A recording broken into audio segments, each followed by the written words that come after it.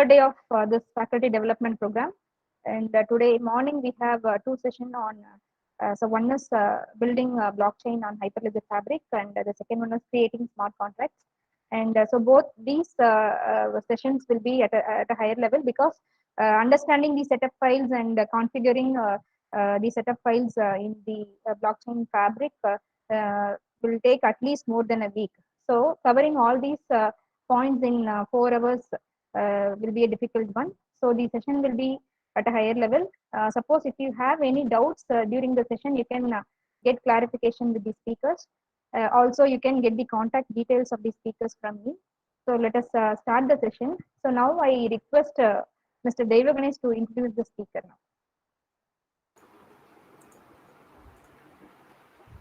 A beautiful day begins with a beautiful mindset. A very good morning to all participants and speakers for the third day of academic program on blockchain and development and its applications. Now we have a third day as the first session by Mr. K.S. Lokesh on blockchain development on Hyperledger Fabric. Lokesh has obtained his BTech degree in production engineering from PhD College of Technology, Coimbatore, and received a MTech degree in smart manufacturing from IIIT TDM Kanchipuram in 2021. The research work in the master degree involved knowledge of supply chain and the blockchain technology for developing the robust real-time inbound logistic model. The tools from operations research and Hyperledger Fabric are utilized on the development of the model. Presently, he is working as a data scientist in the field of supply chain analytics at Ford Motors India. Now I request K.S. Lokesh to handle the session.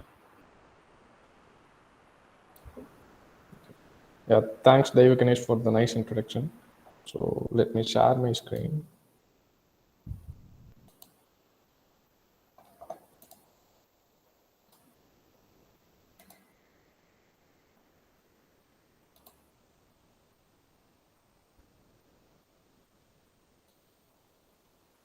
So yeah, so is my screen visible and I am clear? Yes. Yeah, thank you. So good morning, everyone. So today on the third day, I would be covering the first session on blockchain on Hyperledger Fabric. So as mentioned, like I'm Lokesh KS, and currently I'm working as a data scientist in Ford India. So let's start the session. And these are the contents that I'm going to cover in this session. So I would be quickly giving some insights and refreshments on the blockchain and its basics.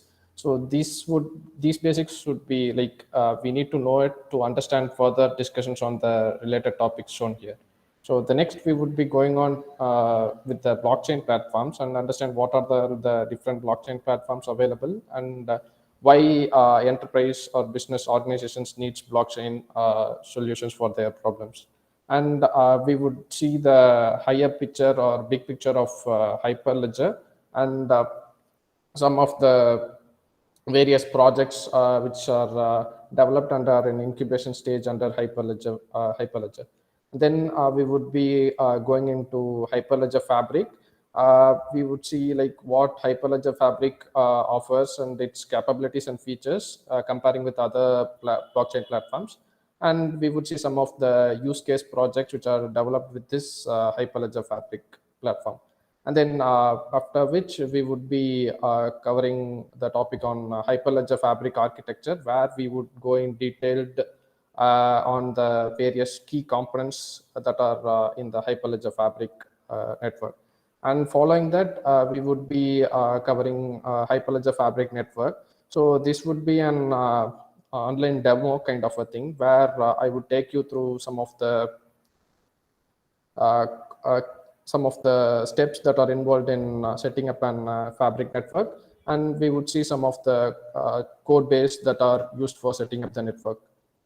So with this, I would go to the first topic on today's session, so blockchain. So we have a basic understanding of what the blockchain is all about. And so the blockchain is an decentralized computation and information sharing platform.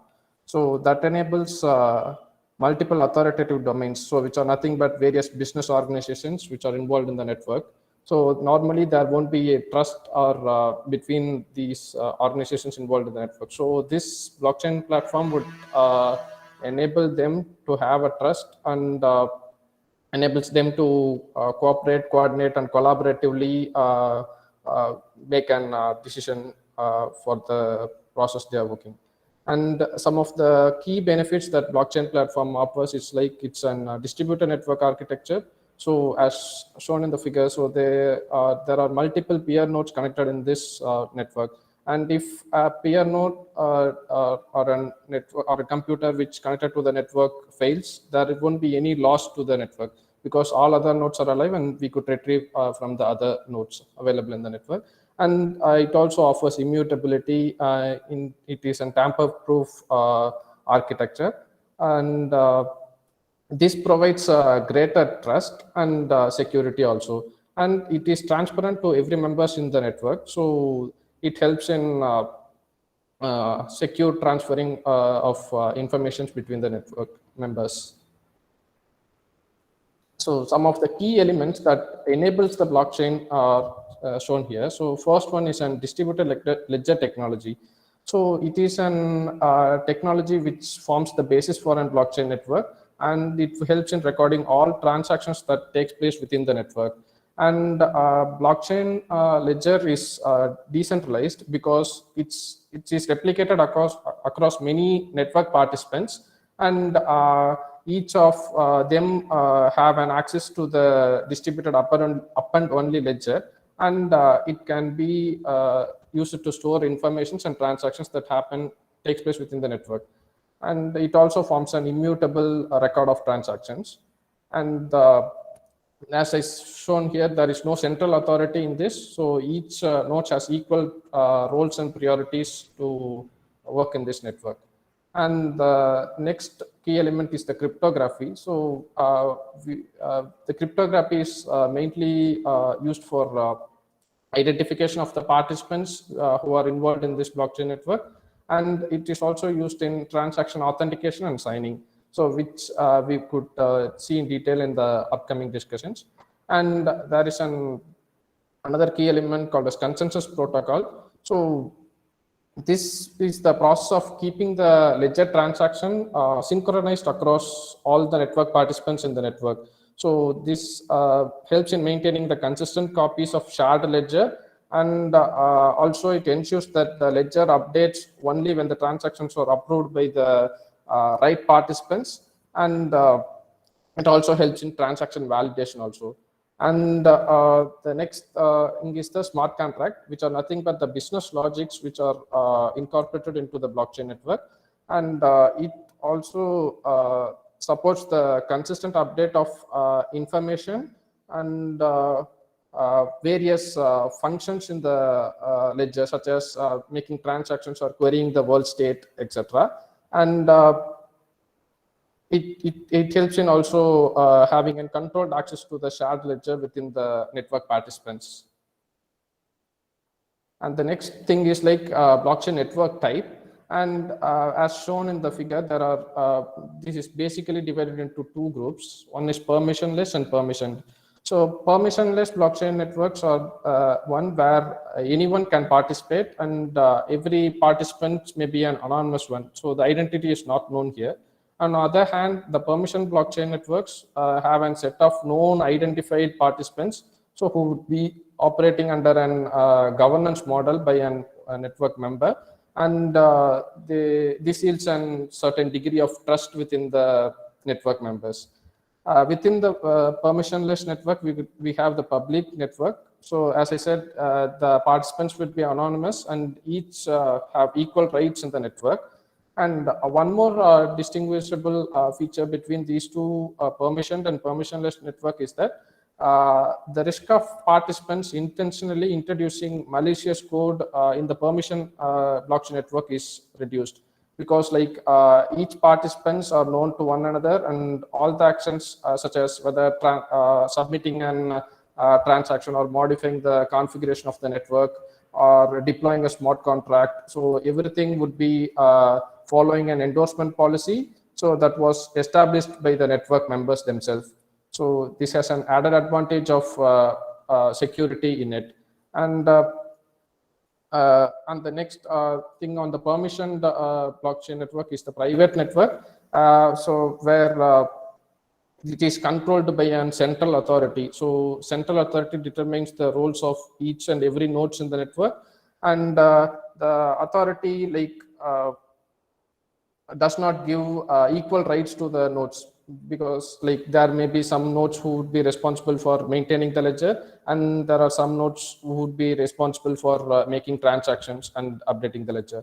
And on the other hand, we have consortium network, where instead of a single organization governing the blockchain network, there are multiple groups of organizations who determines the roles of various network participants in the network.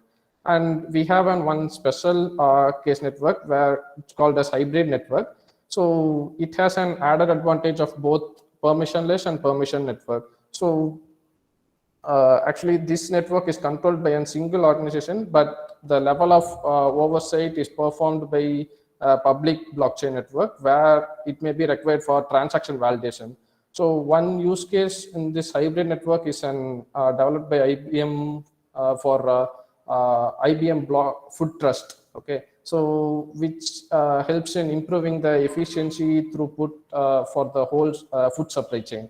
So this was one special case for that. And then we would see some of the network actors in the blockchain.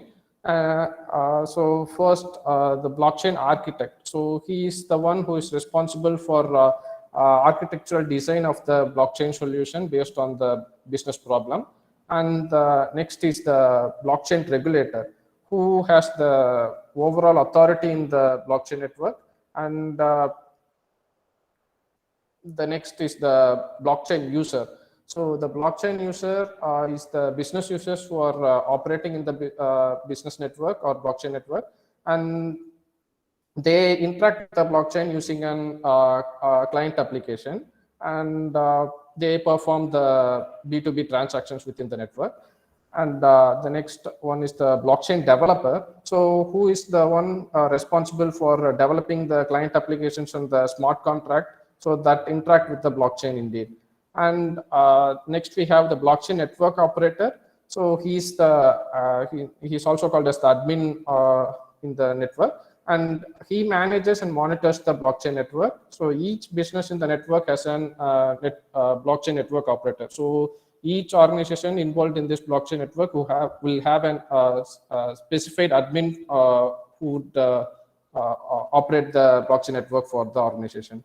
And we have membership service provider, so which provides the security certificates or manages, actually membership service providers would manage the different set of security certificates required to run the blockchain network. And there are traditional processing platforms and traditional data sources. So this helps in augment processing and the existing data system, which may provide data to influence the behavior of smart contract which are developed by the blockchain developer. So these are some of the network actors involved in the blockchain. So with this, we would go to the next topic, so which is on blockchain platform. So yeah, so blockchain platforms are nothing but they help in developing and hosting of blockchain-based applications with some built-in blockchain frameworks. So blockchain actually has brought disruption in various industrial sectors, including finance, healthcare, supply chain, etc. So all the business have started to explore the capabilities of blockchain and started building blockchain applications and solutions. So this increases the demand for various blockchain development platforms. So where the business would search for the required blockchain platforms which would suit their business needs. So see, these are some of the blockchain platforms as shown here. So where Stellar is developed by Stellar Development Foundations, which is used in the financial sector. So it's an distributed blockchain-based ledger used for cross-asset transfer of values. And we have Ripple, which is also for financial sector, developed by Ripple Labs. And it Ripple is primarily aimed at connecting payment providers, digital asset exchange, banks via blockchain network. And we have Carda, so which is built by R3, which is a consortium of world's leading financial institutions, which is also provides blockchain solution in the financial sectors. So this enables institutions to directly interact or transact with smart contract, and by removing cost frictions in the business transactions. And we have Ethereum. So we all know what Ethereum is about. It's an open source and blockchain-based distributed computing platform. So Ethereum is primarily known for running smart contracts on custom-built blockchain platform. So Ethereum virtual machine provides the runtime environment for the smart contract in the Ethereum. So, and we have Quorum, which is nothing but enterprise-focused version of an Ethereum. So it was it uses like vote-based and different algorithms to process hundreds of transactions, and it's actually developed by JP Morgan for cross-industrial applications. And we have some the blockchain platforms under Hyperledger, such as Hyperledger Fabric, Hyperledger Sawtooth, Hyperledger Aroha, etc. So which we would see in further discussions. So before the business has to select the blockchain platform based on their problem requirements and requirements. So we have some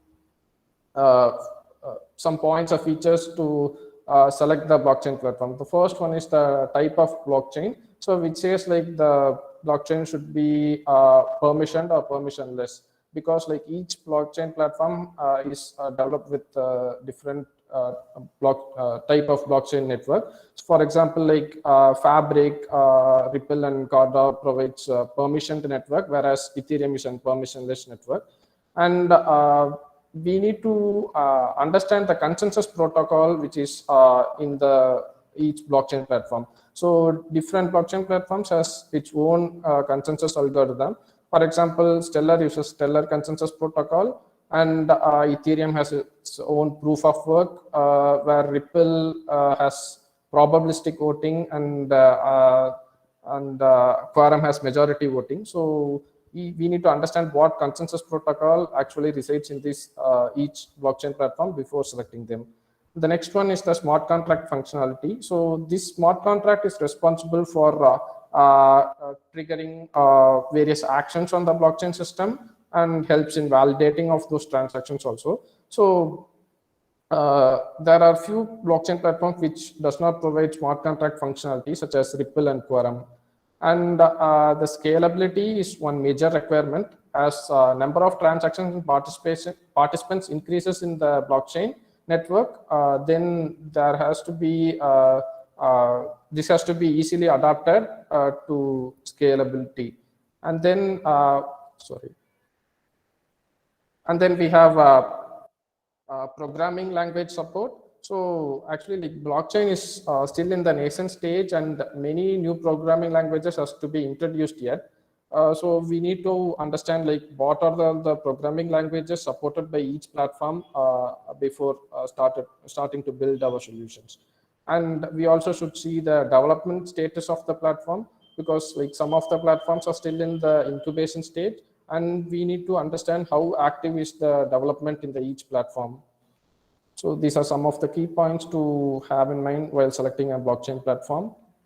And going on, why like enterprise needs a blockchain solution for them.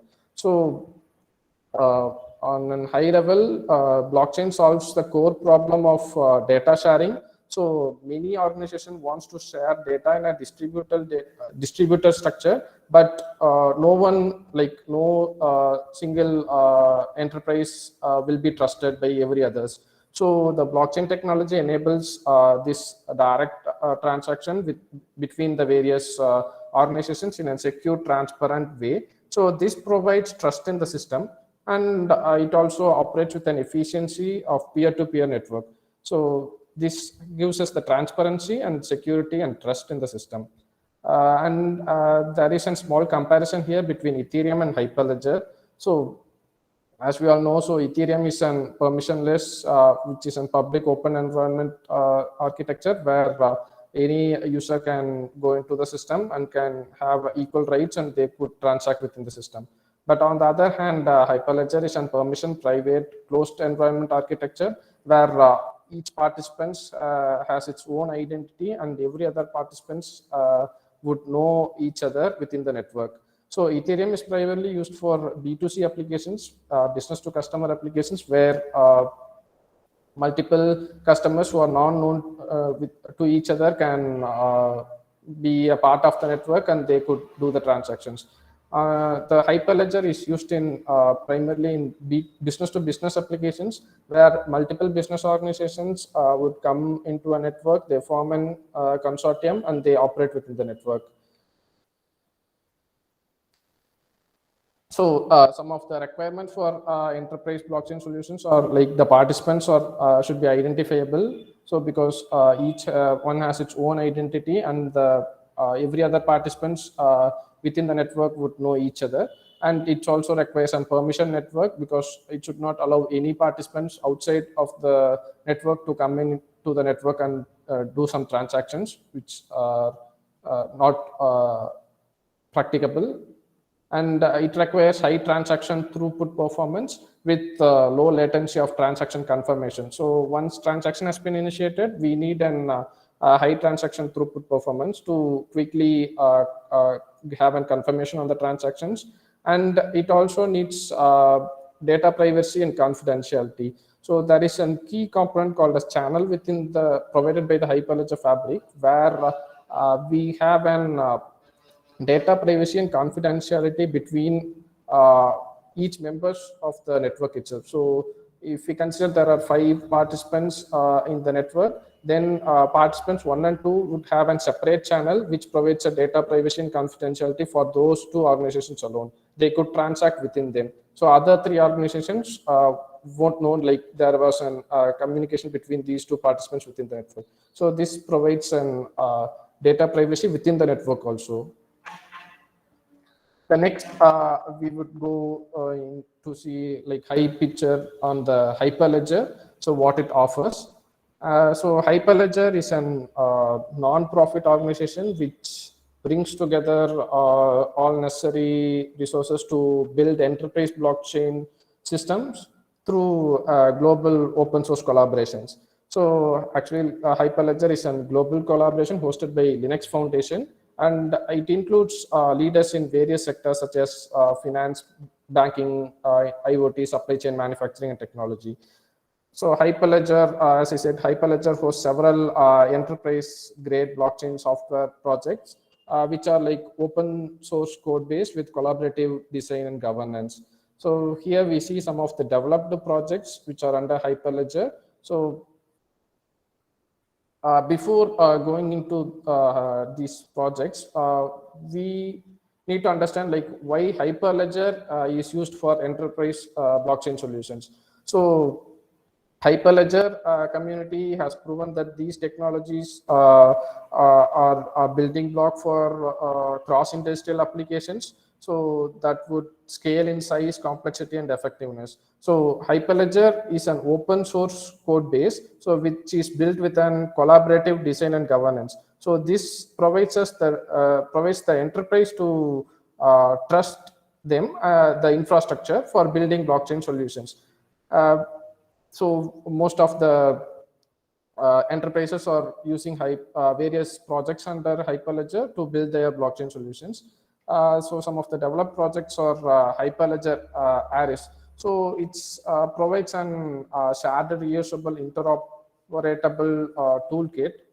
It's actually designed for initiatives and solutions focusing on creating, transmitting digital certificates. And we have Hyperledger Besu, which is an Ethereum client designed to be an enterprise friendly for both public and private permission networks. And we have Hyperledger Fabric. So it provides develop platform for developing applications or solutions with a modular architecture. So modular architecture in the sense like Hyperledger allows components such as consensus and membership services to be pluggable, and we could see like how it helps it, and its modularity and versatility helps in developing various cross-industrial application blockchain solutions. And we have a Hyperledger Indy, which provides tools, libraries for providing digital identities. And we have Hyperledger Aroha, which is designed to incorporate into an IoT projects which are requiring distributed ledger technology. And we have Hyperledger Sawtooth. So it also offers an flexible modular architecture, and it supports various consensus algorithms such as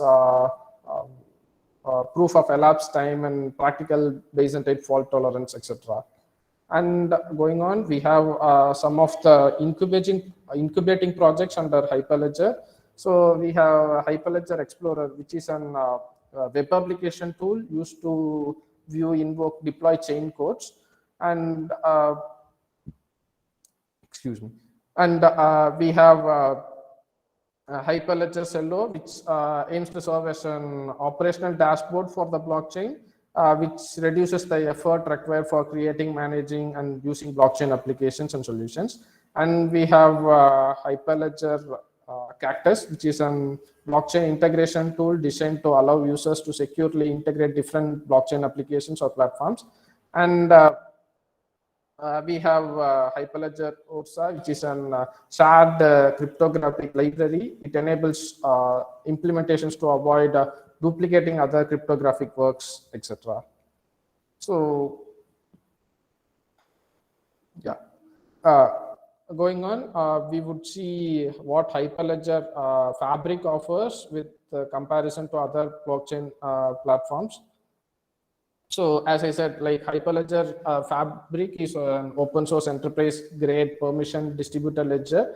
So designed for use in enterprise level that delivers some of the key differentiating capabilities over other blockchain platforms such as open governance. So Hyperledger was established under Linux Foundation, so which itself has an open source governance. So under this, the project grows strong sustaining communities, and it helps in continuous development on the platform also.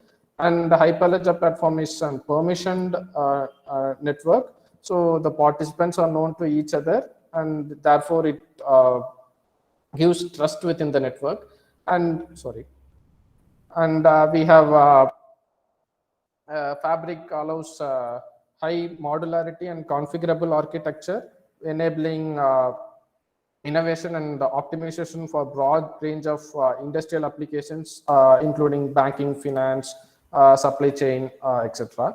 And blockchain supports smart contract in various programming languages such as Java, Go, Node.js, and it also like supports pluggable consensus protocol that enables the platform to be effectively customized to fit based on the various business problems. And we have there is no native cryptocurrency within the network. So this avoidance of cryptocurrency reduces some of the significant risks and the absence of cryptographic mining operations, etc. And we have better privacy and confidentiality of transactions with the help of channels. So we would see like what channel supports in terms of privacy and confidentiality a little later. So on the other side, we see like key components of the blocks Hyperledger Fabric. We have membership service provider, so which manages the set of identities of all the participants within the network. And as I said, channel helps in private transaction between different participants within the network. And so actually it allows a group of participants to create a separate ledger of transactions also. And we have ordering service, which is used for ordering of transactions into a block, which would be added to the blockchain. And we have shared ledger. So it's nothing but a ledger shared between various members of the network, and it has two things. One is world state, which shows the current values, and the transaction log, which is nothing but the blockchain, which shows all the transactions that happened within the network. And we have chain codes, which are nothing but the smart contracts, and they are invoked by an application external to the blockchain when that application needs to interact with the ledger. So we could see like how smart contracts are implemented in the Hyperledger Fabric. Before going in detail with these components, we would see some of the use cases that are developed with the help of Hyperledger Fabric to get an high-level understanding like how Fabric would be useful for developing blockchain applications. So first thing is like online marketplace, which is developed by Honeywell Aerospace. So the goal here is to create an online marketplace for used aircraft parts. So that was the goal by the Honeywell Aerospace, and they wanted to cut the purchasing time from days to weeks, days or weeks to within seconds or minutes. So what actually happens is like the operators can take the valuable parts, especially like engines, landing gears, and they can reset and recertify as airworthy, and they can be reused in other aircrafts also. But this aviation industry is an highly regulated one, and the sales requires certifications from various agencies such as Federal Aviation Administration, etc. So each part must be documented with a complete history of its ownership, use, and repair. So what the approach they have taken is like they model the marketplace on a popular e-commerce site called as Go Direct Trade, where the users or the buyers can go directly to the website and they could buy the used aircraft parts. And on the background, it uses the blockchain to overcome the trust barrier. And they also wanted to choose an effective blockchain framework to develop their application. And this also like they want to set a high standard that encourage quick adoption of this platform also. So as a result, we could see like 4 million in sales within a year, and more than like 50 vendors with storefronts in the new marketplace. And actually, as the goal mentioned, they reduced the purchase time from days to minute.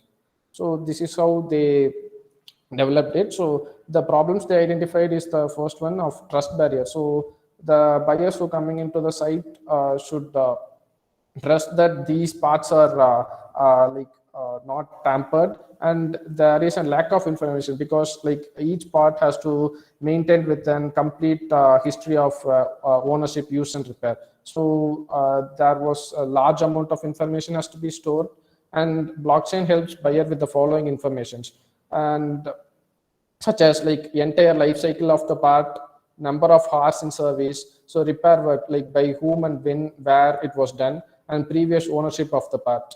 So this blockchain provides these valuable information for the buyers. So on the right, you could see what are all the events that are stored within the blockchain here. So there is a listing event and part history event. So once there is a repair or overhaul, that event will also be stored in the blockchain.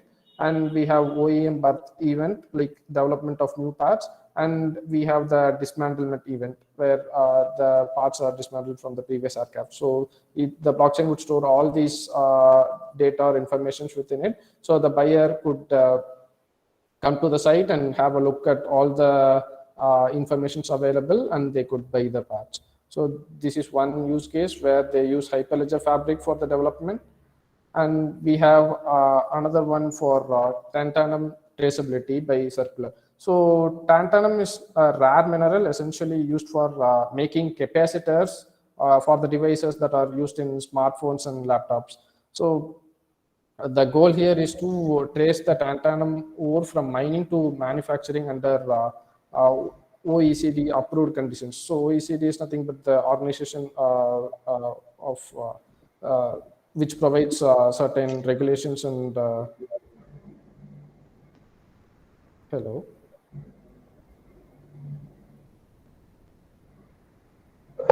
Is someone is asking some questions or?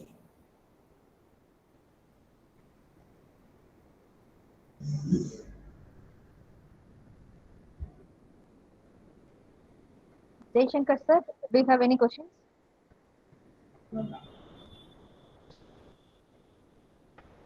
Okay, sorry, let me continue. So, okay.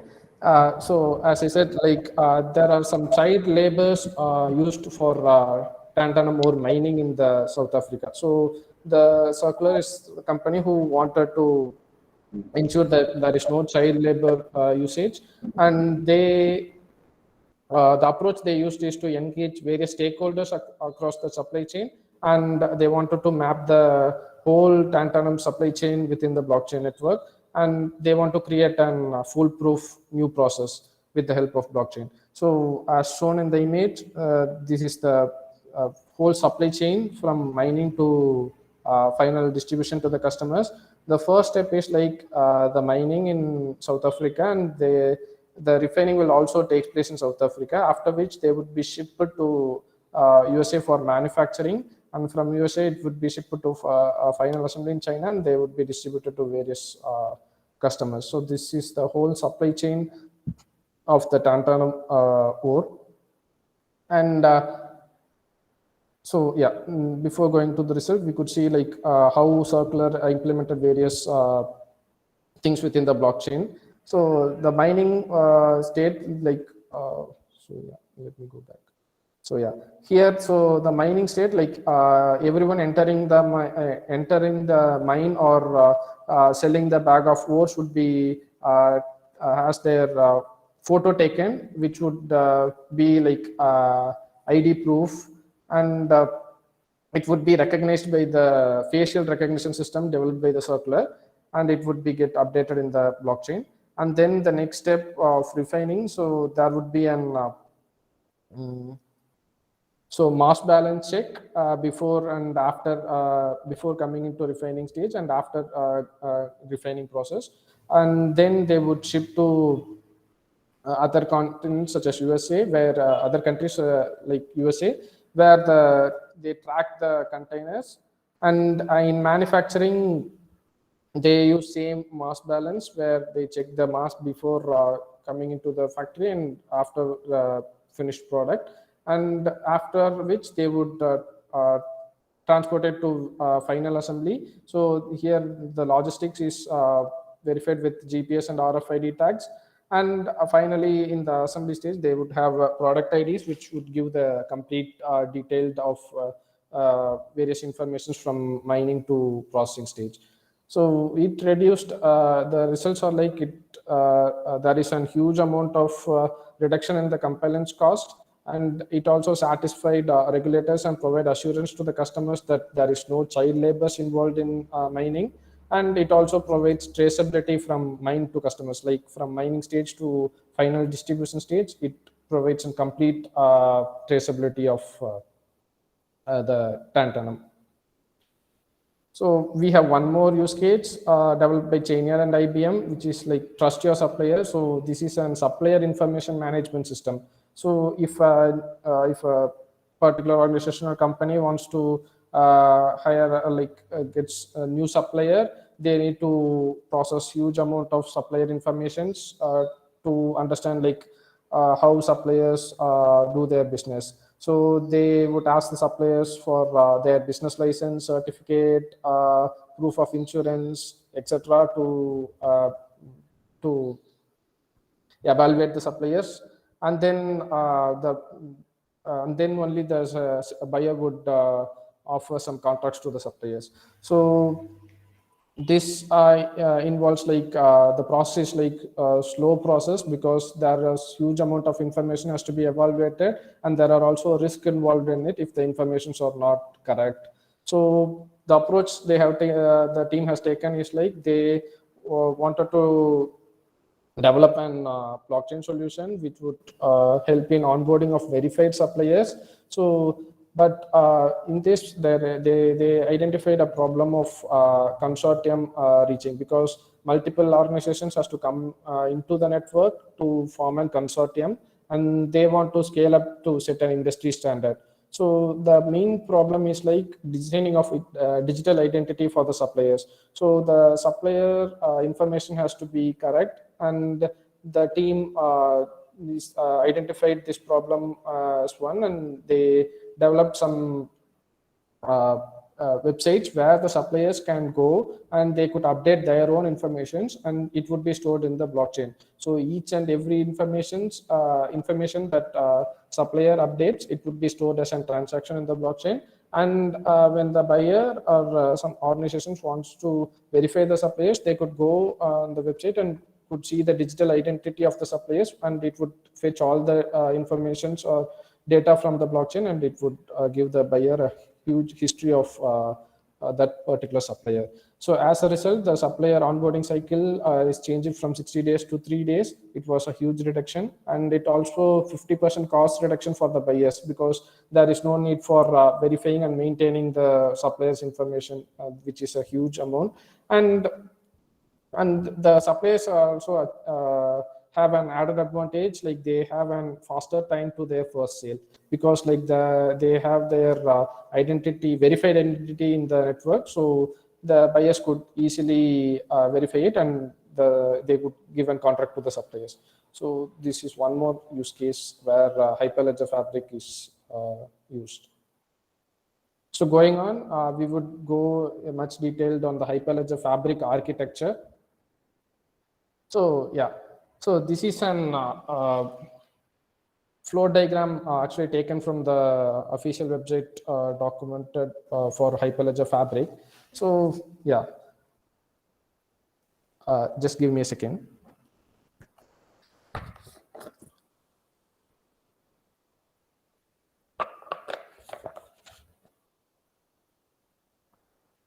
Yep. Okay. So the blue box is the one which represents the blockchain network thing, and we have so R1, R2, R0, R3 are the organizations which are involved in the blockchain network. So we have 3 different certification authorities for each organization. They would provide the digital identities for the members of those organizations. So R0 has certification authority CA4, and R1 CA1, etc. And we also have 3 client applications here, which are outside the blockchain network for each organization. So they would initiate the transaction, and that will be processed within the network. And we have O represents the ordering service, which would be used for ordering of transactions into the block. And we have 3 peer nodes, which are part of, each one is part of each organization. So P1 part of R1, P2 is part of R2, and P3 is part of R3. So they form the channels within the network, and each peers would be having their own ledger corresponding to the channels. So this peer is joined to the channels C1, and it has its own ledger L1 associated to this channel C1. And to invoke or make changes in the ledger, we have the smart contract S5, which is installed in the peer 1, which is associated with this channel. And similarly, peer P2, which is part of organization R2, is like joined to the 2 different channels, which would have a communication in these 2 channels, like both the channels. And it also has ledger L1 associated with C1, L2 associated with C2. And there are different smart contracts for also for each based on the channels. And we have P3, which is part of the channel C2. So how the network is developed is like the organization R1, R2, and R0 form a consortium, and they develop an channel. So CC1 represents the channel configuration, which is the consortium between these 3 organizations. So R0 is not it is the organization responsible for maintaining this ordering service alone. So this organization does not have any peer nodes within the network. So organization R1, R2 has their peer nodes which are attached to this channel, and their client applications which are also attached to this channel. And similarly, we have other organizations such as R2, R3, and R0 forms a consortium, and they set up an different channel which with the channel configuration CC2, and R0 is only responsible for ordering service, and R2 and R3 has their peer nodes joined to this channel. So this is how the network will look like on a high level. We could go in deep understanding each and every individual components within the network. So first is the peer nodes. So the peer nodes are nothing but nodes which are responsible for hosting the ledger and the smart contract. So here P1 is the peer node which has the ledger, L1 and L2, and there are smart contracts such as S1 and S2. So these smart contracts will be invoked by the client application, and this makes changes in the ledger. So this is how it works. And each peer node can be joined to one or more channels. So as seen here, like this peer node is joined to 2 channels here. So each peer node can be joined to one or more channels, and based on the functionality or privileges given to the peer nodes, they can be classified into 2, such as committing peers and endorsing peers. So committing peers are nothing but they would maintain the ledger and the state. They would not be involved in the transaction execution. But on the other hand, endorsing peers receive transaction proposals and they involve in the transaction execution actually. So they receive the transaction proposal from the client application, and they would execute the transaction, and they would respond back to the client application. That's like endorsement, and they would respond back to the endorsement. And this endorsing peer should have the chain code installed in it for the transaction execution. But on the other hand, this committing peer does not need any chain code in it because it just updates the ledger. But this endorsing peer needs the chain code for transaction execution. There is one more node called as ordering node, which I said it would be required for ordering of transaction into the blocks. So this ordering node gives the approval of inclusion of transaction into the blocks, which helps in ordering of transaction actually. And it would deliver these blocks to the each peer nodes to get updated in the ledger. So this communication would take place through the channel as mentioned, as shown in this figure. So every communication would be taking place through this channel. And then this ordering node does not require any ledger or smart contract to be stored over here, because it would just send order the transactions into the block, and it would deliver it to the peer nodes for getting updated in the ledger. Next concept is the channel. So this is where it provides transaction privacy between different ledgers. So the organizations like these are endorsing peer nodes, which are represented as E0 and E1, belonging to organization 0 and organization 1. Let us assume that way. And both the peers are part of the channel C1, but on the other hand, E1 is not part of the channel C2. Maybe some other organizations and the peers would be part of channel C2, where they have a separate communication with this through this channel, but E1 will not be participating in this channel and will not know any transaction happening in this channel. And E0 and E1 are part of the channel C1, so they have the transaction through this channel. And we could also see like the ledgers are corresponding to the channels, and so yeah, blockchain ledger exists in the scope of channels where each channel has its own ledger. So L1 is associated with the channel C1 and L2 is associated with the channel C2. As I said earlier, like the channels can be permission for the specific set of participants. So E1 is not part of the C2 channel. And the peer nodes can be part of multiple channels also. So E0 is part of 2 channels here, C1 and C2. And the chain codes are installed on the peers to access the ledger states. This helps in like concurrent execution for performance and scalability.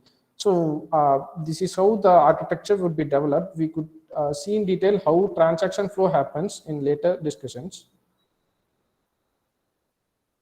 So this is the ledger. So ledger is nothing but it stores data for each transactions on the current state. So ledger has two basic components, such as called as world state and the transaction log or the blockchain. So world state is the database which is responsible for holding the current value of the set of assets within the blockchain network. And this world state, which is maintaining the current values, helps in eliminating the need for traversing through whole blockchain to understand like what is the current value of the asset. So this would be like key value pairs which can be added, modified, or deleted within the world state. But on the other hand, this is not the case with the transaction log or the blockchain.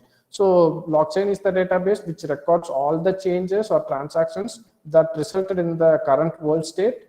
And as we know, like how blockchain is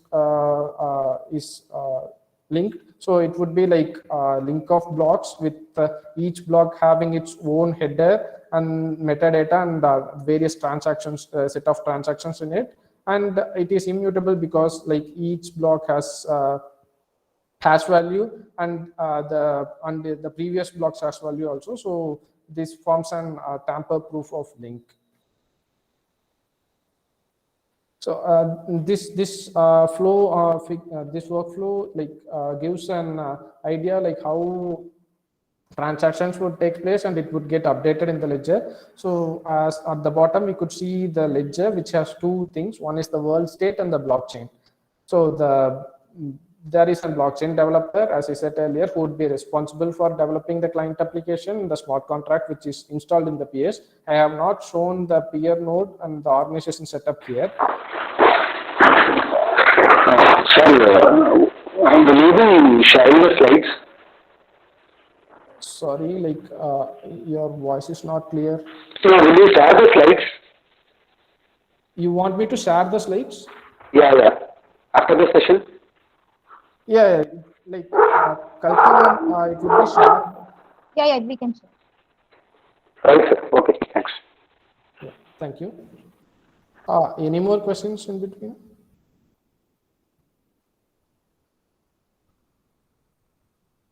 Okay, let me continue. So I haven't, as I said, like I haven't mentioned the peer nodes and the organization setup here, which I would discuss it detailed in the further slides. But to give you a high level understanding, like how it takes place. So the blockchain user is the one who is a part of the particular organization, and he would initiate the transaction with the client application. So the client application will give a transaction proposal to the peer node within the network, and it would execute the smart contract with it, installed in it actually. So as the smart contract gets invoked, there would be like further steps before updating in the ledger and the blockchain. I would discuss that in upcoming slides. So to give you a high level understanding how it gets updated, so the smart contract after execution would modify the current values in the world state, and the transactions would be stored or recorded in the blockchain as a part of blocks, the transaction blocks. So this is the code, like how it will be look on the high level. So currently the world state has an asset, one asset with an asset ID 001, and the current owner would be X. And the transaction, the business user initiates a transaction which he wants to change the ownership of the asset from X to Y. So he invoke an transaction smart contract named my contract, and set owner is the function within that smart contract which would change the ownership of the asset from X to Y. Y is the new owner, and this is how the smart contract will look like. So my contract is the name of the smart contract, and it has a function called as set owner, where it has two parameters. One is the asset ID, like which asset it has to be changed the owner, for which the ownership has to be changed with the new owner. So it would set the new asset owner to the new owner, and the word state would get updated with the new owner. So we could see like the asset ID 001, the ownership is changed to Y. So this is how the word state would get updated. On the other hand, this complete transaction would be stored in the blockchain. So it would store like invoke my contract, set owner, my asset Y. So this would be stored in the as a transaction in the blockchain.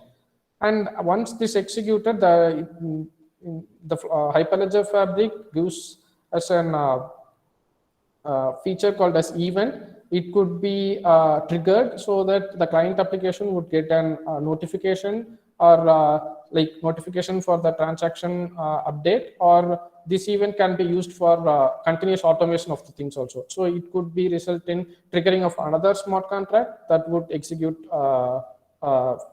further things. What this, excuse me, sir? Yes, sir. The world state database, what will happen when this will be used? You are developing, a blockchain developer will develop application and a smart contract. After that, they will modify it. So Ledger is the one that we are talking about, which stores the data in it. But Ledger has two things in it. One is the world state, which would store the current values. Like if you are having a car, let's say like the blockchain is used for transfer of cars ownership. So the current owner of the car would be like someone called as X. So it would be like world state shows the car ID 1, owner is X. And once the smart contract gets executed, the ownership of the car gets changed to Y. So the current values, what are all there for the asset, would be stored in the world state. But on the other hand, this complete transaction which would result in the current state would be stored in the blockchain. Are you able to get it, sir? Yeah. Only one direction is there. After that, how this database will be used, where it will go, that arrow mark, anything is there left out. That's why I got doubt. So okay, so this world state, how it would like we would get details from data from this world state you are asking about, right? Yeah, from world state, who will use that data? When it will be used?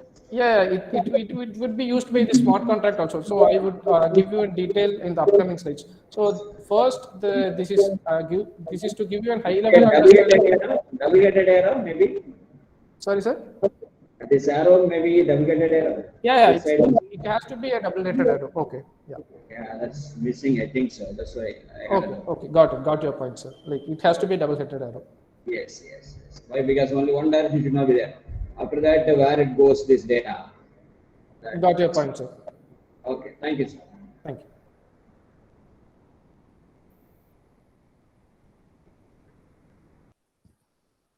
So yeah, further continuing, the another key component or within the Fabric network is the policies. So which are nothing but the rules for decision making. Like it gives like who has what access rights in the blockchain network. So there are two important policies within the Fabric network. First one is the endorsement policy, which is associated with the smart contract. So it would say like what are all the conditions which has to be met to be by the transactions to be which are endorsed. So this would also be used in validation of the transactions also, and we have two separate system chain codes for it. So one for the endorsement system chain code and another one for the validation system chain code. So on the right side, we could see like how things would happen. So the client application would give a transaction proposal. So the blue box is the peer of a particular organization. So the client application would initiate a transaction proposal, and it would go to the peer, and the peer would invoke the chain code in it. And after execution of the chain code, the endorsement system chain code would endorse that this peer has executed this transaction, and these are the transaction results. So after execution, the ledger won't be completely updated as shown earlier. So there are further steps which are involved, which I'm discussing right now. So after execution, the endorsement system chain code endorsed that this peer has executed the transaction, and these are all the outputs which would be obtained because of this transaction. So with that endorsement, it gives the endorsed information to the orderer. So orderer would receive multiple transaction endorsement from various client applications because like there are multiple client applications involved in the network, and the orderer would receive all the transactions which are happening within the network. And this orderer would order these transactions into a block. like this is the first transaction, this one would be the second, and there are various configurations of ordering service available, such as Solo, Raft, etc. And Fabric right now uses Raft, which is like an leader follower architecture, and this like the leader would be a one node which would order all the transactions, and all other nodes are the followers which would follow that transaction ordering by the leader. So that's how it works here. And this ordering service would give a block of transactions, ordered block of transactions to the peer again. So this peer, with the help of validation system chain code and the endorsement policy, it would validate each transactions within the block, and only after validation, the validated transactions would be committed to the ledger. So this gets updated in the ledger. So as I said, ledger would have world state and blockchain. World state, the current values gets updated, and in the blockchain, the transaction would be stored. That's how the transaction complete flow takes place. And we have one more policy called as modification policy, which is like used for updating of policies which are within the blockchain network. So it requires some group of identity approval required for configuration update. So it gives it shows what are all the conditions and what are all the group of members who should approve the update to make an configuration update within the network. And as we say, like there is an term called organization, which is used frequently. So organization are nothing but the business legal entities which are part of blockchain network. So each organization has their own peer, admin users. MSPs are nothing but membership service provider, which would provide, which would be used for identities. We see it in the next slide. So yeah. So CES and MSP. So CES are nothing but the certification authorities. So certification authorities are responsible for providing digital certificates to each and every members of the blockchain network. So it would provide digital certificates to peers, ordering nodes, admin, client application, and these identities are responsible for determining the roles within the network or access privileges within the network. And we have the membership service providers, which manages the set of identities for peers, orders, client applications within the network. And these identities are required for authentication, validation, and signing. So we could see signing process here. Before that, these two works combiningly, because like the certification authority would provide the certificates and membership services would manages all the certificates required for the transactional communication within the blockchain network. Before going into the workflows on the right, we would see something else. Sorry. Yeah. So what the identities, what I'm talking about are the digital certificates. So for the user and admin, the digital certificates are nothing but it consists of key stores and sign search, which are nothing but the private keys and public keys for the users and the admin.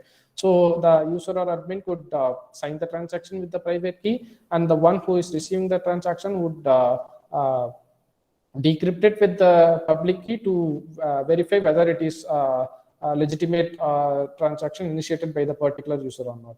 And for the orderers and peers, it has key stores and sign search.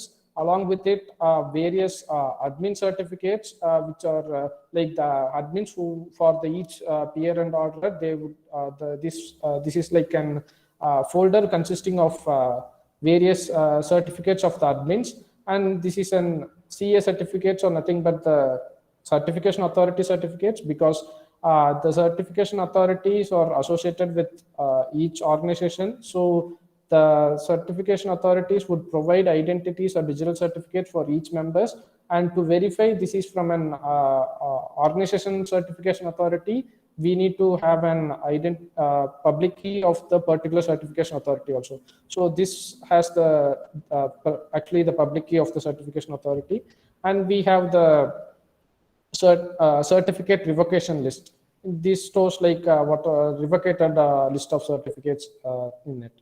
And for a channel, we don't have any private or public key in it, but instead we have who are the who are all having access privileges to join, such as for peers and orderers, and who are all can transact through the channel for client application. And we have admin certificates, and along with we have certification authority certificates and certification revocation list, as I mentioned earlier. So this is how it will look like. For a particular organization, there would be a certification authority associated with it, and each components within the blockchain network pertaining to this organization would have a membership service provider. So the certification authority would provide identity for each one here, such as for users, client applications, peers, channel, and orderer. So these certificates would be stored in the membership service provider. So it would manage all the necessary identity digital certificates which are required for making a transaction within the network. So this is how the structure will look like on the high level with the certification authority and membership service providers. Coming over here, so if a new user of a particular organization wants to register in a network, then the process would be like the user has to reach out to the admin of the particular organization, and he would request for a registration. So the admin would register with a particular enroll ID with the certification authority. So in return, the admin would get an private key or secret key. So he shares with the user. So with the enroll ID and the private key to the user. So the user would enroll himself with the help of client application to the certification authority with the given enroll ID and key. So in return, the certification authority would provide the user with the digital certificate, which would be the identity for the user, such as like this user belongs to this organization and he has this access privilege of making a transaction within the network. So that would be given back by the certification authority, and it would be stored in the membership service provider of this particular user. So that's how it would be. And as I said, the signing, transaction signing involves like the client application would initiate the transaction, and it would sign it with the private key available with the membership service provider, and it sends to the peer.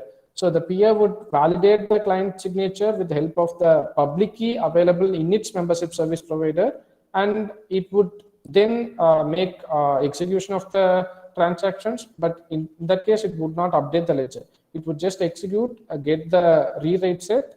I would explain what the rewrite set is about, and it would return back, it would endorse it with its private key, and it would send it back to the client application. So that this would be the return of signed endorsement, and this client application would validate the endorser signature with the help of the private key available in the public key of the peer available in the membership service provider.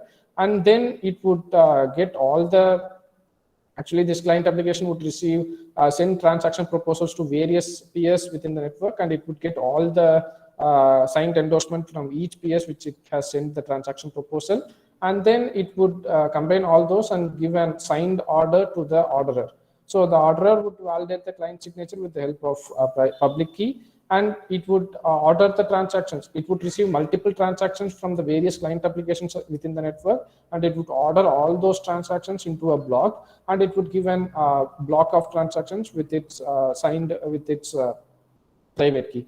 So again to the peer to get updated in the ledger. So the peer would validate all the signatures of the like all the transactions, and also it would validate the signature of the orderer with the help of its public key. And then after validation, only the validated transactions would get updated in this ledger.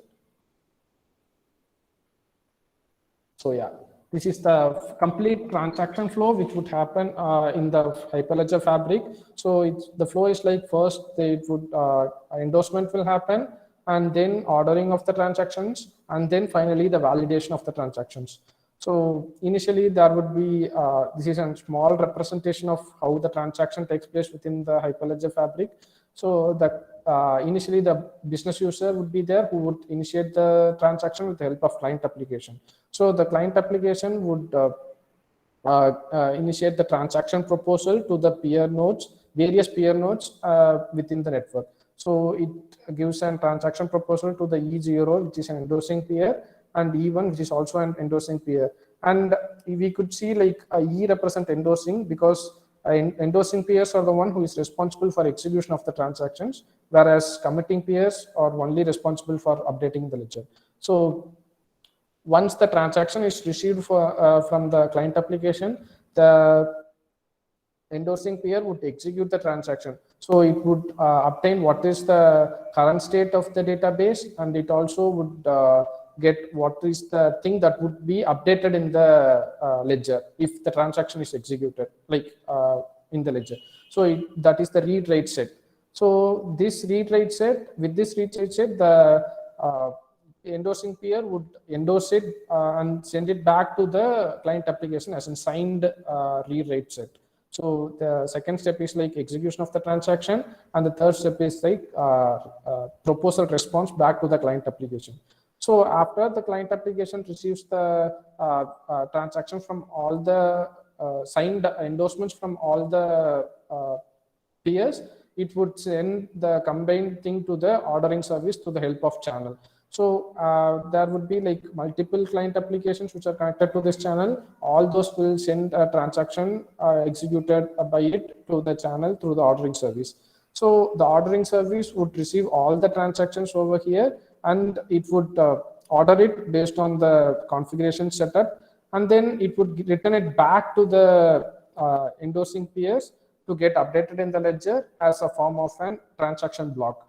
So the transaction block would be delivered to the each peer, and the transactions would be validated. So there are multiple transactions within the block. So each transaction would be validated, and only the validated transactions would get updated in the ledger. So the transaction validation is done with the help of an endorsement policy. As I said earlier, what's the endorsement policy is about.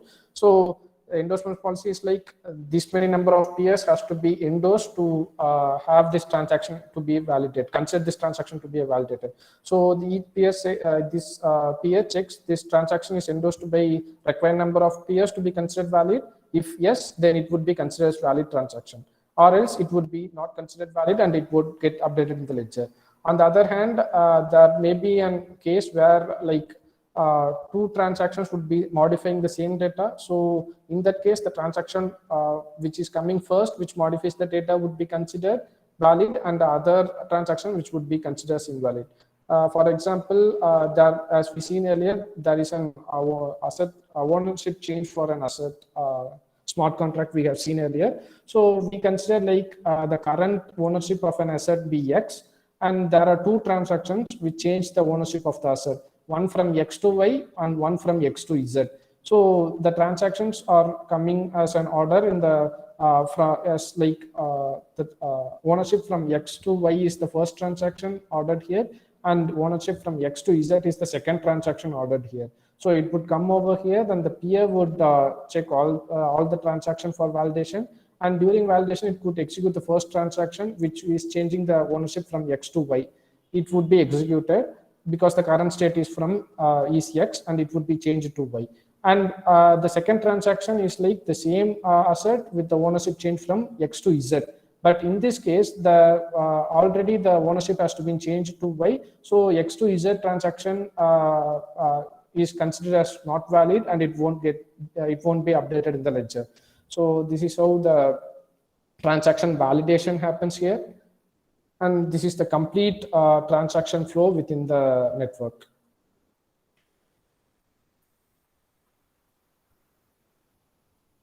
So yeah, going on further, we would see like how network Hyperledger Fabric network is set up, and this is how it would be like. For an Hyperledger Fabric, first central certification authorities would be configured within for each membership organization, and then the ordering service would be configured, and then the peer nodes for each organization would be configured, and we would create a channel for communication between the peer nodes within the network, and we would join all the peer nodes and orders which are to be in the channel. And then finally, like we could install the chain codes within the peers, and we could use this initiate a transaction, and we could see like we could invoke the chain codes which is available within the peer nodes to get updated in the ledger. So further on, I would be giving you a live demo in an Linux environment to have an high level understanding of what actually happens in the background. And further, the upcoming sessions would be like the next session you would be having an smart contract creation where you would have an user interface to work on. But right now I would give you like how it happens in the backend to give you a high level understanding of how things works. So give me a second, like I would set up few things and I would reshare it back. Let me have 2 minutes, please.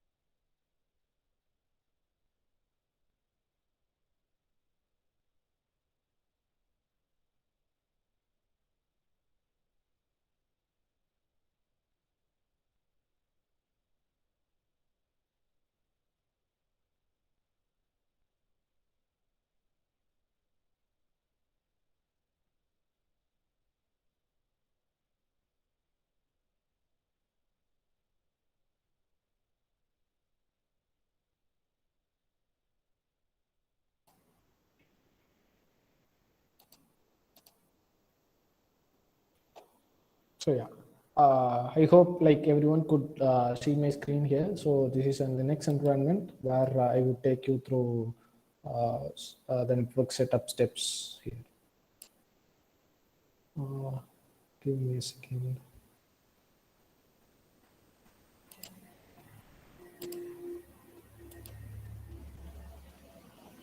So yeah. So like I have downloaded the Fabric binaries in this Linux environment so that like I won't take much time in wasting time in just downloading and installing it. And this is the Fabric sample binaries which would be downloaded from the network site. And this is the test network which I'm going to give you a high level understanding of how it would the setup of an Fabric network would look like. So within the test network, we have multiple folders and some script files which are used for it. So before going into this add org3, we could go to the config text file, which is the model file for the complete network setup. So it has all the details of like all the policy details here. So I could give you a high level understanding of what it is. So we have initially the network is set up with 2 organizations having 1 PS each and an ordering service. So there would be an organization named called as orderer organization, and it has its own membership service provider. The directory is given. We would explore it in the later time.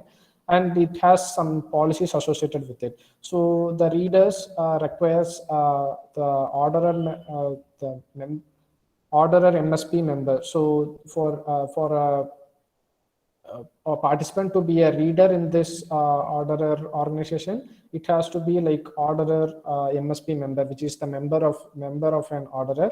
And for a writer, it also has to be a member of an orderer. For admin, it has to be an admin of the ordering service. So that is how the policies are defined here. And for organization 1, similarly, like for a reader, like admin, peer, and client of an organization 1 can be the readers. for a writer, like organization one admin, and the client will be the having the privilege of writer. And for an admin, only the admin can have it. And for endorsement, as I said, the participant should be an organization one peer to have endorsement roles in it. Similarly, such seen in the organization one, we could see it in the organization two also. So it gives the same configuration for the organization, replace the organization one with organization two. And we have channel capabilities and application capabilities, which are inbuilt, which is like considering as version 2 of it. And we have some application things. We have some client applications which would invoke the smart contract. So we need some policies for it also. So we have the policies defined over here. And the last, we could see like how things are set up. So we have an two organization application where the Genesis block would be initiated with the following details, with the channel default giving the channel capabilities. And for an orderer, there is an organization defined with certain policies called as order org, and with it the capabilities of order capabilities. And we have an application involving two organizations which are called as org1 and org2. We have seen the policies defined for it, and along with it the application capabilities also. So this is the general policies that are default policies that are need to be there to be to develop an fabric network.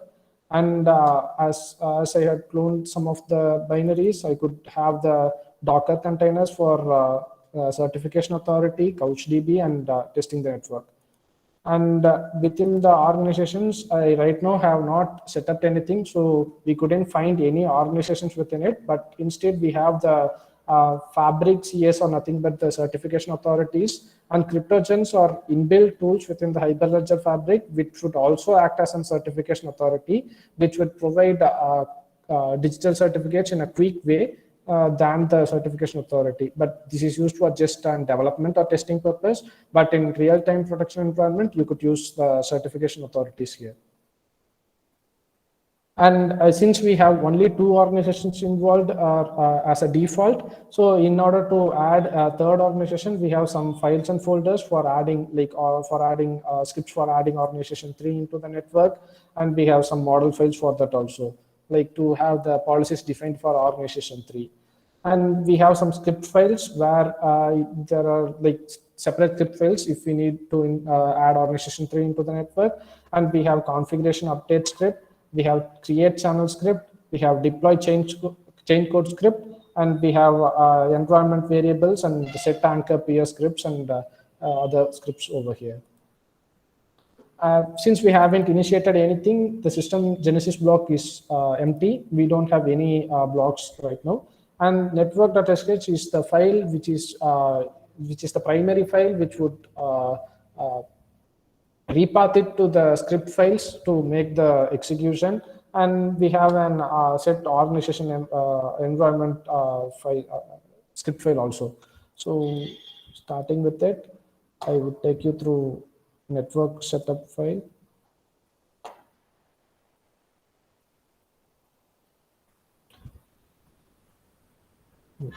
Okay, so to start a network, this is where it starts. Yep. So we need to run this function called as network up. To it would check some of the prerequisites and it would create organizations in it. So create organizations in the sense we would use certification authority for creating it instead of using CryptoGen tool. So creating crypto materials using Fabric CA would be executed. So it would redirect it to this path, and there is an script file called register enroll.sh. So this file would get executed, and we could see like organization 1, organization 2, and the orderer would be created in it.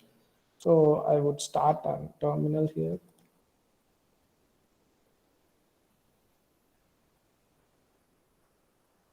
So yeah, I would go to this folder.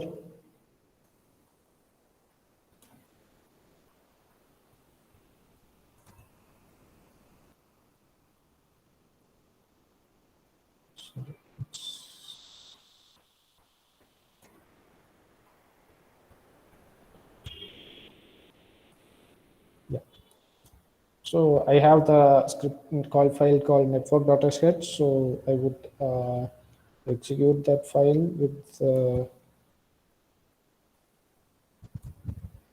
I need to call the up function here, and I would use certification authority instead of, by default, it would take Cryptogen as the certification authority in this network, and it would start developing the network. But I have given specifically, like I would want to use like certification authority by giving -ca.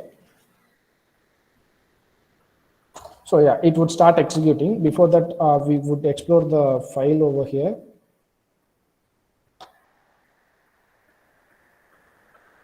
So within that organization, we could see like register enroll.sh.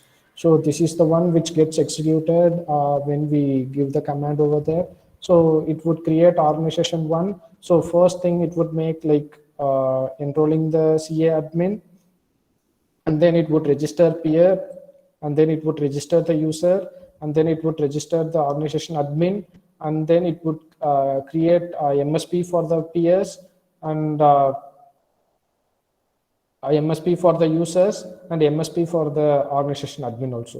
So similarly for the organization 2, it would follow the same steps, but the paths are different because each organization has its own certifications with it. So that would be developed. And we have another function for create orderer. So it would enroll the CA admin, and we have registering of orderers, registering of orderer admin, and we have generating MSP for orderer, and that's it. Like, and then we have admin for ordering service as well. So MSP for admin, that would be generated. So this is how first initial step would be like configuring certification authorities and organizations and orderer. So this thing would set up.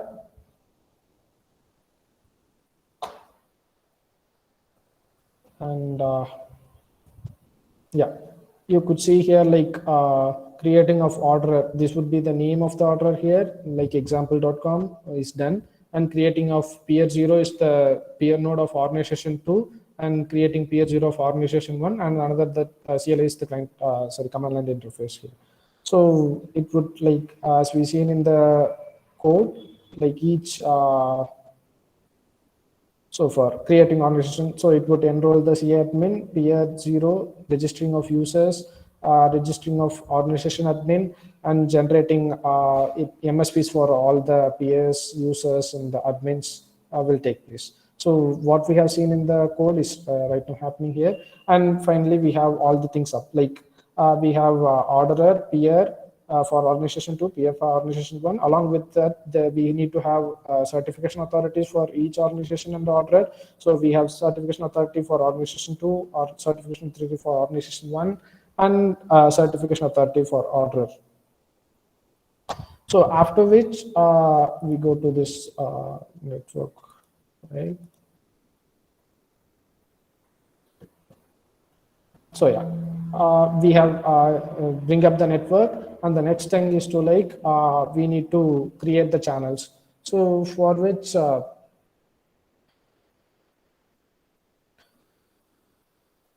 we need to give, execute this function here, create channel function. So I'll go here, and in that file, I would call the function called as create channel. Yeah. So yeah, so this file would execute the script called as create channel script, which is in the script folder. So we could go.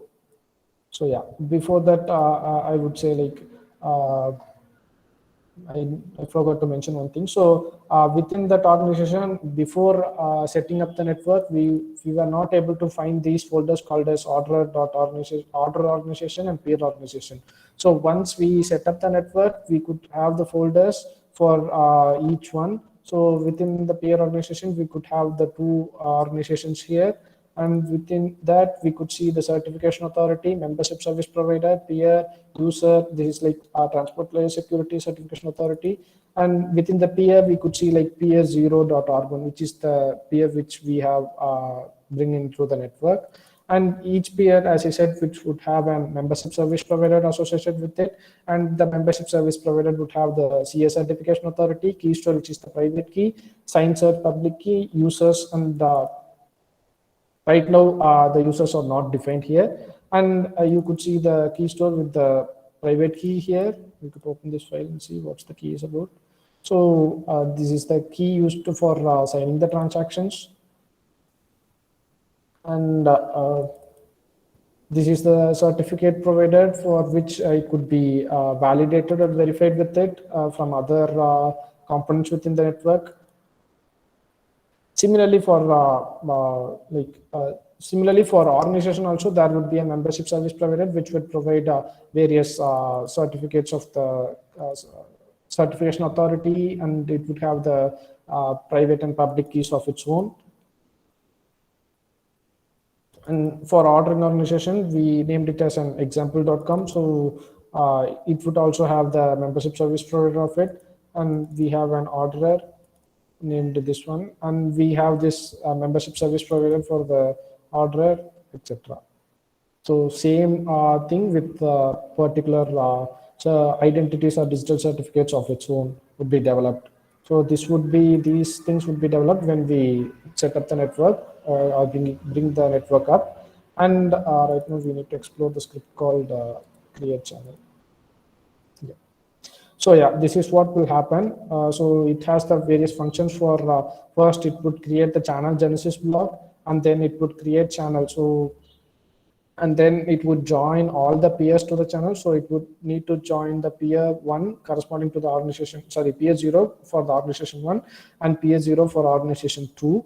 And then it would need to set the anchor peers. Anchor peers are nothing but it would receive the transaction block from the orderer. So maybe we could define other peers. So that peers, the two, like we could say like, develop an organization with the 2 peers. One would be set as an anchor peer where it would receive the transaction block from the orderer, and the other peer would receive the transaction block from the anchor peer instead of the orderer. So this is how the network would be set up. And so for organization 1, we need to set an anchor peer, and for organization 2, we need to set another an anchor peer. So this is how the channel would be created. And yeah, as we see, like channel created with a default name called as my channel. So it was created, as I said here. So anchor peer for organization 2 on the channel. So we have seen the script there. So it would be created exactly what's there in the script. And then after developing the channel, then we need to deploy the chain codes in it. So this is where I would show you like, so yeah, now we could see there is one more folder called channel artifact developed here, which is the block, like my channel is the name of the channel, and it is the blocks which is that are used for storing the transaction in it. And we have a log.txt file which gives us an output for like creation of the channel. So it says like endorser and order connection initialized and successfully submitted proposal to join channel. So these are like logs from the script files. And we could see the system genesis block now created with it. It's like protected, and we could not explore it with these things now. And the smart contract code, which I am using it right now, is here. Like it's like asset transfer basic. So I would go give you an idea like how it works. So yeah, this is the chain code. So it would have some 6 assets initially in it. So with an ID called asset ID 1, color blue, size 5, owner some name with appraised value. So this is just an random details filled up here. Like I just wanted to give you an idea like how things work. So we have function for creating a new asset with the corresponding parameters in it. And we have a function to return asset to check whether the asset is available or not. And we need when we have a function to update the asset values. So for a particular asset, I could update the color of it or size of it if needed. And we could delete the asset over here. And we could check whether the asset exists or not. So I could check whether asset 1 is available in the network or not. So this function is used to check whether that's available. And transfer asset is the one where I mentioned in the previous smart contract while explaining the PowerPoint presentation, like we could change the ownership of the asset here. So we have a function for it to change the ownership. And we have another function to get all the assets and its values available within the network. So it would fetch all the details of the data of the asset, and it would give us back the data. So we have these functions over here. So actually, like I need to package this chain code and install it in the peers of the organization. So I would say I have the same. I would use the same network.sh file where I have this function called deploy cc. So it would require some name, path of the chain code, etc. So I would specify those. So I would call the function called deploy cc. This would execute that function, and I would give the name of the chain code to be like smart contract to be sc something. And I would specify the path of the file, which is in the folder called, I need to go back to fabric samples. And in that, I need to check what's the folder name. It's like asset transfer basic. Okay. So asset transfer basic. And that I need to go to chain. Would use the JavaScript as the chain code language now. And I would specify the programming language as JavaScript.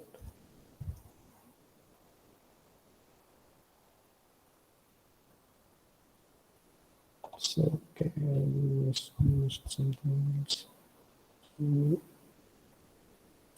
Okay, so sorry, like this has to be specified with single dash here and specified with 2.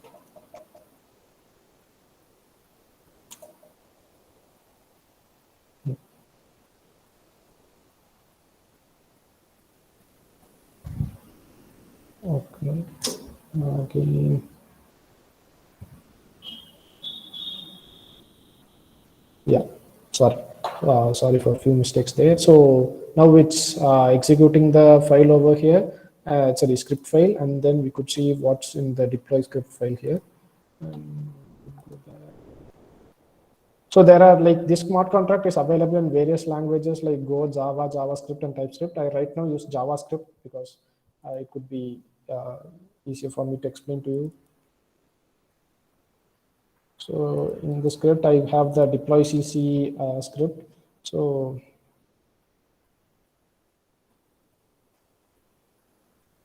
yeah, this is how it would deploy or install the script and chain code into the PS. So it first packages the chain code from external folder into the Fabric test network folder, and then it would install the chain code on the peer 0 of organization 1 and peer 0 of organization 2. So I need to install the chain codes on both the peers, and it would query whether the install is done in the peer 0 of organization 1, and it would define the approval from the organization 1, and it would check whether like it's like approving or not, and then approve for organization 2, and it would check, and finally it would check the commit definition for both the organizations 1 and 2, and finally it would check whether queries are committed for each organization. And we have one more function, 2 more functions here, which is like chain code invoke init and chain code query, which is used for invoking the chain code and querying the chain code, like it's querying the old state of the ledger. So we would see these functions a little later. So yeah, it's done. So I could see that like what are all the things we have seen in the script. It's just done over here, and it's like it's approved and everything is successful on the my channel, and query definition for successful on organization 2 on my channel. So for both the organization 1 and organization 2, the query chain code definition is successful. So it means like the chain code is installed and ready for invoking in the network on the both peers. So so let me open one more terminal. So I would specify some paths so that this could act as CLI for command line interface for organization 1 right now. So yeah, I have exported some paths here, and I have specified the paths belonging to the organization 1 so that this CLI acts as an CLI for organization 1, and I could develop one more for organization 2 also. So yeah.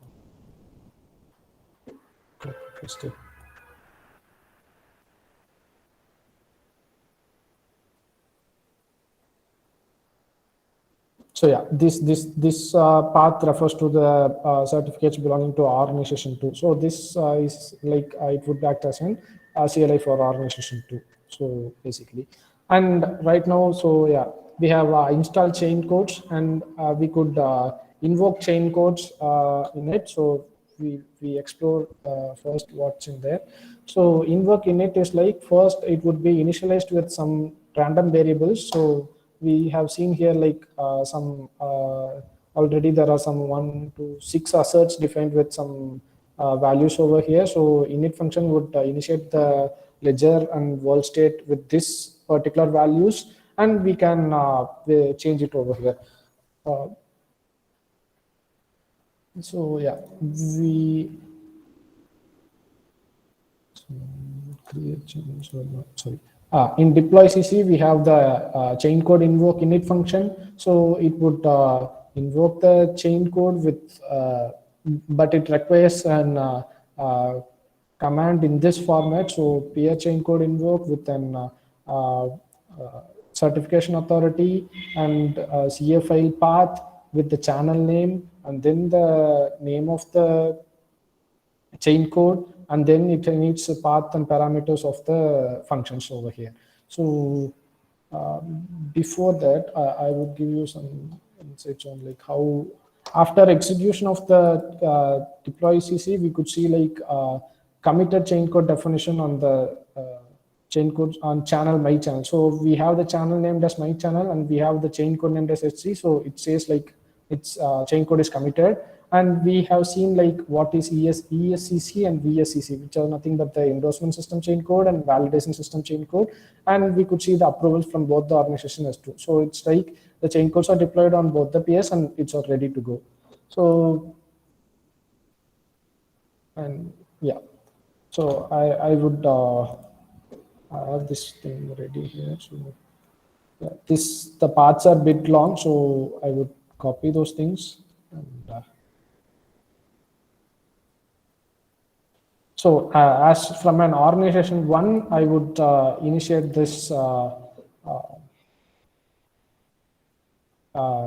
chain code, like invoke this chain code with the init function to for initialize with certain values as shown earlier. So this is the chain code code which actually shown earlier, like this would be the path for the certification authorities, and we have the channel name, chain code name, and peer address of organization 1 and peer address of organization 2, and I have the function called as init ledger with argument 0. So this function requires no arguments here. So yeah, so I would just initiate the transaction. So it says like chain code invoke successful and the result. So now the ledger is initiated with some initial values as mentioned. So I could query from organization 1 also to see whether what are all the current state in the world state database, or I could use organization 2 to query it. So to query, I need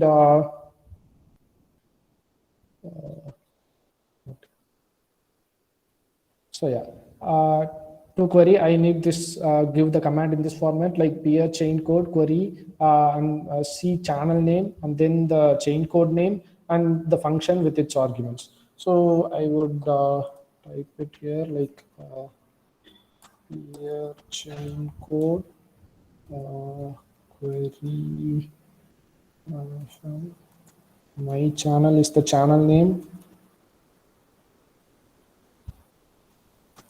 with this is the smart contract chain code name, and then I need to give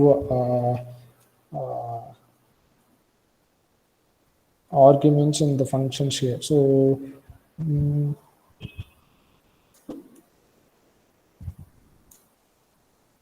okay.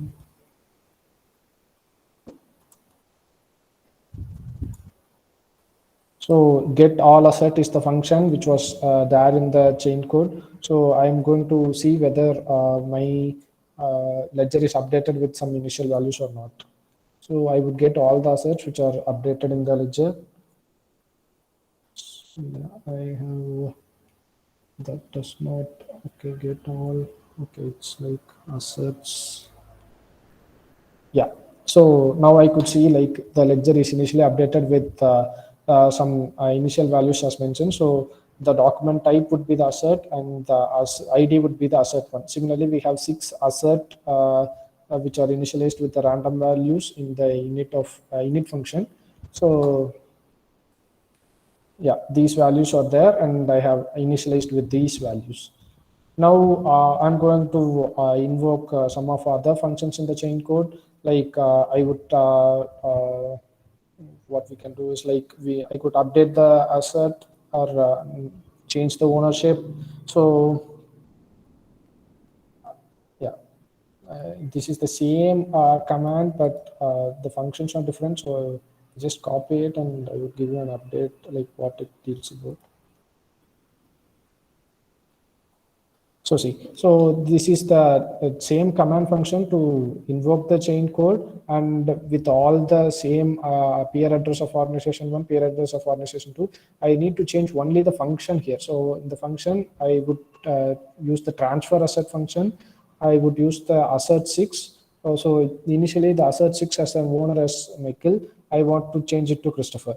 So I would do this thing. Yeah, it says like chain code invoke successful and the status is 200. So now I could get all assets to see it, or I could use one more function called what it is, asset exit transfer asset. Read asset. So read asset, it would just read that particular asset alone and gives the result. So we could try that function here.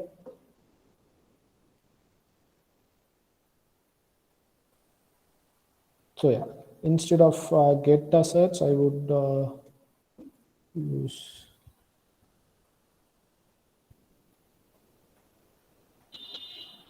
okay. And what was that function? It's read asset. Okay.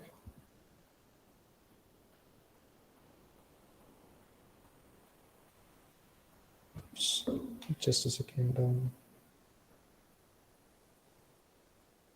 Oh, sorry. Like this is the read asset function, but I need to give the parameter associated with it. So I need to specify which asset I need to read. So it's like 6. So I want to read the asset 6 things. So see, like asset 6, the appraised value is 800 color. The ownership has changed from Michael to Christopher. So this is done and seen in the organization 2 CLI itself. So we could see whether it's done in the organization 1 also. So we could check chain code query my channel, and then sorry, this is like chain code name, and then I need to specify the parameters and functions.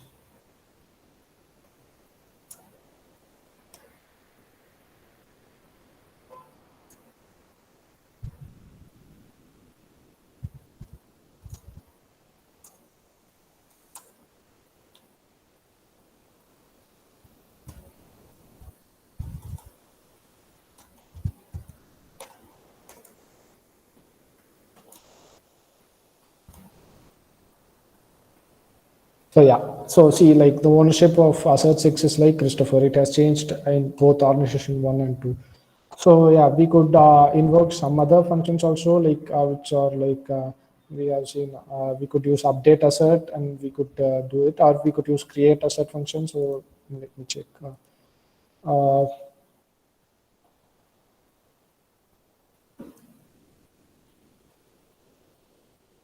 Okay, so I use the same template here.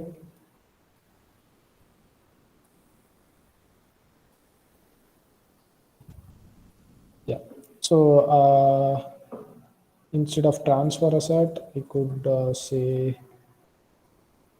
create asset. Let me check.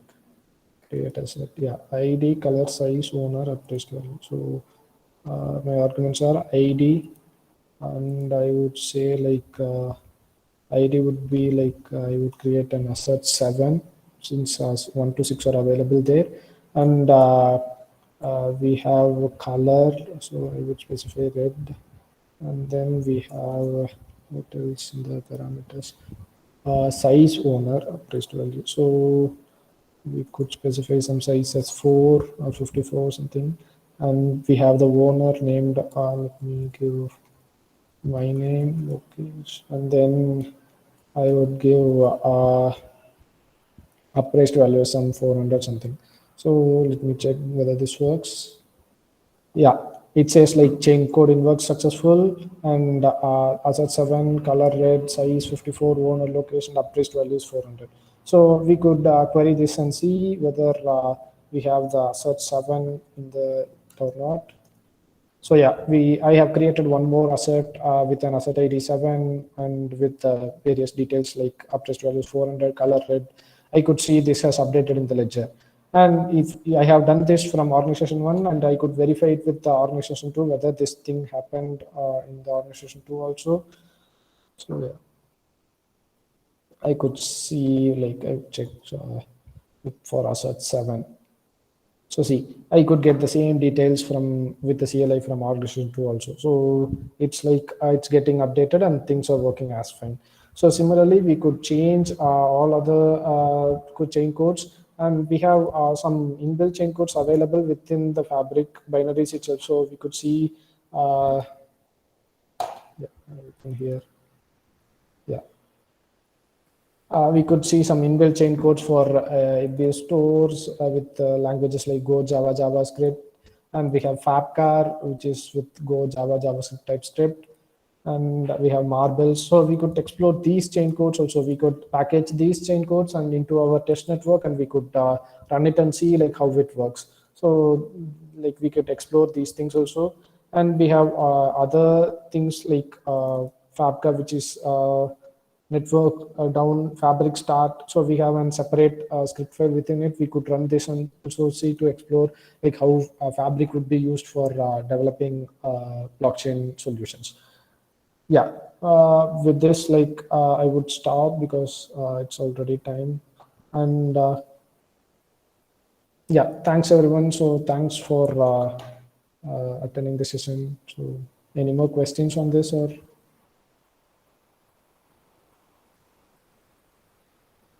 So it's like everything was available in the official website of Hyperledger Fabric. So you could go there and you could have look at it to get an idea like how things working on in the Fabric network.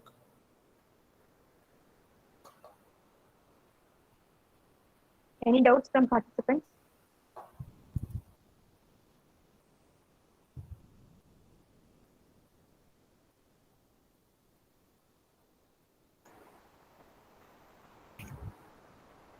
Thank you, Lokesh. Thank you for the session on blockchain development on Hyperledger Fabric, and also the session on practical example with hands-on training also. Thank you for the session. So Yeah. thanks a lot, Lokesh. You have given so much information about how to develop a blockchain on Hyperledger Fabric. I think it will be very useful for all the participants. And can you switch on your video for a moment? And I request all participants to switch on your video so we can have a photograph with our speaker. Yeah, sure. Thank you.